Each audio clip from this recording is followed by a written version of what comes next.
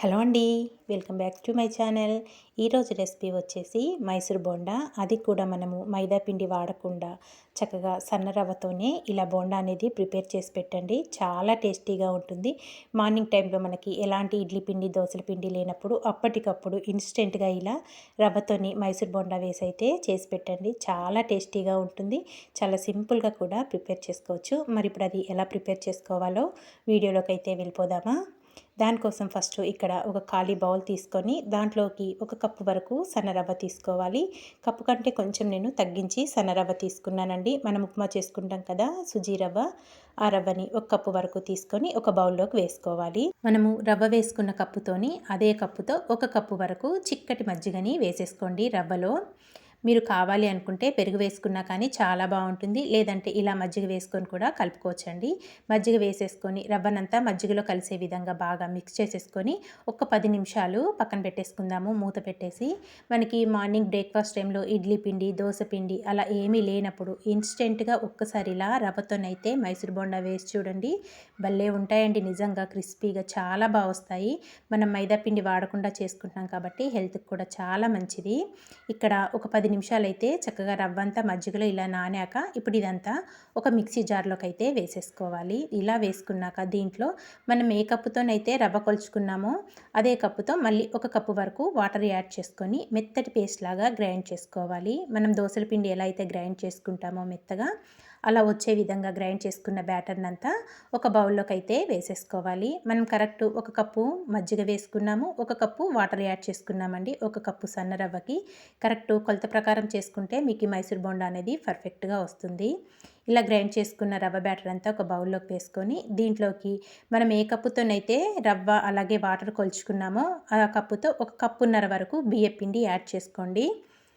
ఇక్కడ కప్పున్నర వరకు బియ్యపిండి యాడ్ చేసేసుకుంటున్నాను. కరెక్ట్గా సరిపోతుందండి. తర్వాత దీంట్లో ఒక టేబుల్ స్పూన్ వరకు జీలకర్ర, ఇందులోనే సన్నగా కట్ చేసుకున్న కరివేపాకు, సన్నగా కట్ చేసుకున్న ఉల్లిపాయ ముక్కలు, సన్నగా కట్ చేసుకున్న పచ్చిమిర్చి ముక్కలు, రుచికి సరిపడినంత సాల్టు, ఒక పావు టీ స్పూను వంట సోడా వేసేసుకొని ఇదంతా బాగా మిక్స్ చేసేసుకోవాలి.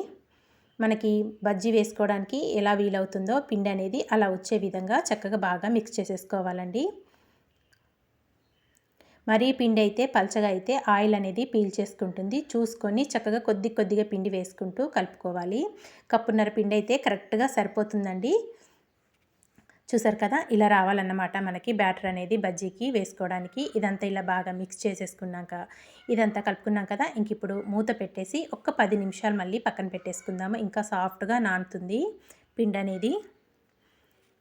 ఒక 10 నిమిషాల తర్వాత అయితే చూసారు కదా, మనం కలుపుకున్న పిండి అనేది చక్కగా సాఫ్ట్గా నానిపోయింది. మళ్ళీ ఇదంతా ఒక్కసారి బాగా మిక్స్ చేసేసుకుందాము. ఇదంతా ఇలా బాగా కలుపుకున్నాక ఇంక ఇప్పుడు స్టవ్ పైన అయితే డీప్ ఫ్రైకి ఆయిల్ పెట్టేసుకున్నానండి. ప్యాన్లో ఆయిల్ వేడయ్యాక మనం కలిపి పెట్టుకున్న పిండితోని ఒక్కొక్కటిగా చక్కగా ఇలా బోండాలు అయితే వేసేసుకోవాలి. మనకి ప్యాన్లో ఎన్ని పడతాయో అన్నీ 1 బై 1 ఇలా వేసేసుకోవాలి. చక్కగా పొంగుతూ భలే వస్తాయండి నిజంగా. మైదా పిండి లేకుండా కూడా ఒక్కసారి సన్నరవ్వ అలాగే ఇంకొచ్చేసి మనం బియ్య పిండితో ప్రిపేర్ చేసుకుంటున్నాం కదా, చాలా అంటే చాలా టేస్టీగా, పైన లేయర్ అంతా క్రిస్పీగా లోపల సాఫ్ట్గా గుల్లగా వస్తాయండి మనకి బోండా అనేది. చక్కగా అన్నీ వేసేసుకున్నాం కదా, ఇవన్నీ మంచి కలర్ వచ్చే వరకు రెండు వైపులా ఇలా తిప్పుకుంటూ గరిటతో కలుపుకుంటూ ఫ్రై చేసుకోవాలి.